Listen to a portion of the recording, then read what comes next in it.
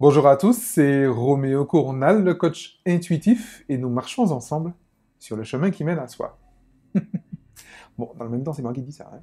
Euh, Aujourd'hui, blessure narcissique encore, violence et blessure narcissique. Alors, vous vous souvenez, dans les précédentes vidéos, on a parlé de la blessure narcissique, on a parlé de la stratégie d'isolement, de la stratégie de réparation et même de la stratégie qu'on peut même dire de dépendance.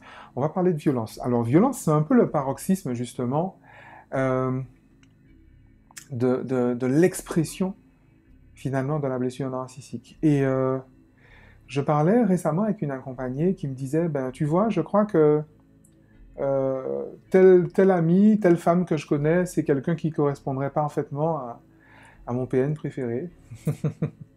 Puisque j'utilise la formule PN préférée, donc du coup, j'ai quelques accompagnés qui reprennent la terminologie. Et elle me dit, parce que tu vois, c'est une femme qui est hyper soumise, elle est hyper... en plus, elle est hyper docile, elle est même en admiration devant lui, etc. Et je lui dis, en fait, non, non, pas vraiment, pas vraiment, pas vraiment. Il y a quelque chose d'assez terrible, en fait, dans l'escalade de la violence.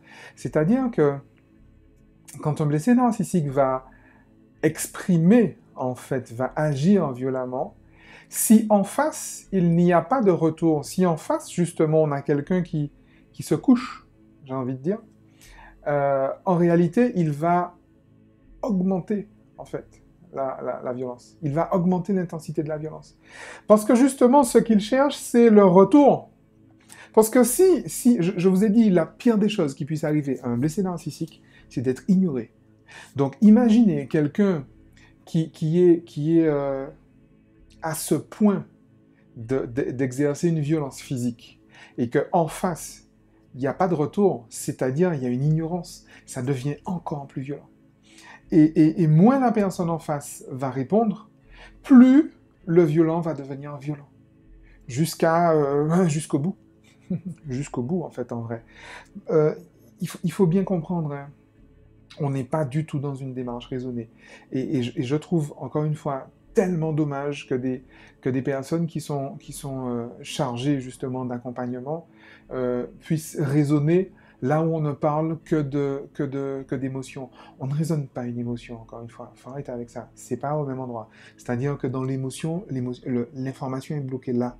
La raison, c'est ici, mais l'information, elle est bloquée là, dans l'émotion. Elle ne monte pas plus haut. Donc, raisonner une émotion en soi, c'est aberrant. Vraiment. Et vraiment, dans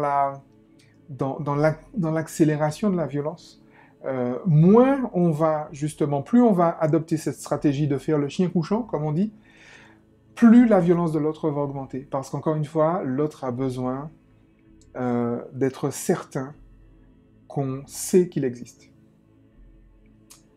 En tout cas, c'est vraiment des choses que j'observe dans énormément de cas de personnes que j'accompagne. Alors, encore une fois, je ne vais pas entrer dans une stratégie, dans une contre-manipulation ou quoi que ce soit. J'explique simplement mon point de vue par rapport au fait, justement, de cette stratégie qui est bien malheureuse. Et encore une fois, la seule voie de sortie, c'est véritablement reprendre l'estime de soi-même.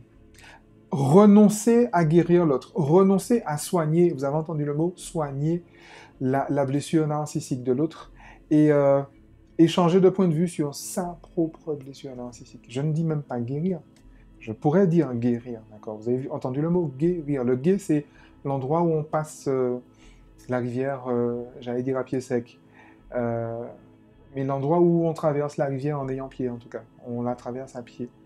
Et rire, vous savez ce que c'est. Euh, mais véritablement, changer de point de vue et renoncer, en fait, en vrai.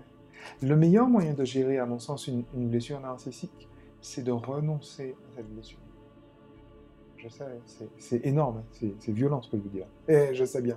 Mais renoncer à cette blessure, c'est-à-dire renoncer à recevoir, renoncer à revendiquer l'attention de l'autre et se l'accorder à soi.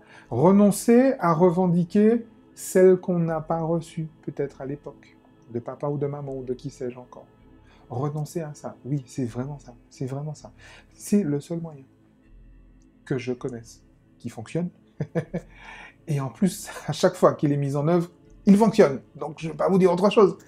Mais véritablement, sortir de là, précisément quand il y a violence, forcément on s'extrait de la violence. On ne vit pas sous les cailloux, comme dit Isabelle Padovani, mais par estime de soi en fait, en vrai. Ne serait-ce que par estime de soi. Je prends des coups, je m'en vais. Je verrai le stade après, je m'en vais. D'accord et encore une fois, je m'adresse particulièrement aux personnes qui sont en charge justement des personnes qui sont victimes de violences, que ce soit des enfants, des femmes, des hommes, parce qu'encore une fois, ça existe. Véritablement, le principe, bien sûr, on assure la protection physique, on assure l'intégrité physique de la personne, mais ça ne sert à rien si on ne reconstruit pas l'estime de la personne, si on ne reconstruit pas l'image que la personne a d'elle-même. Si on ne l'aide pas un peu plus à s'aimer, si on ne l'aide pas un peu plus à se préférer, à s'approuver et à se féliciter, si on ne lui rappelle pas justement qu'elle est déjà totalement épanouie, comblée et heureuse. À plus tard.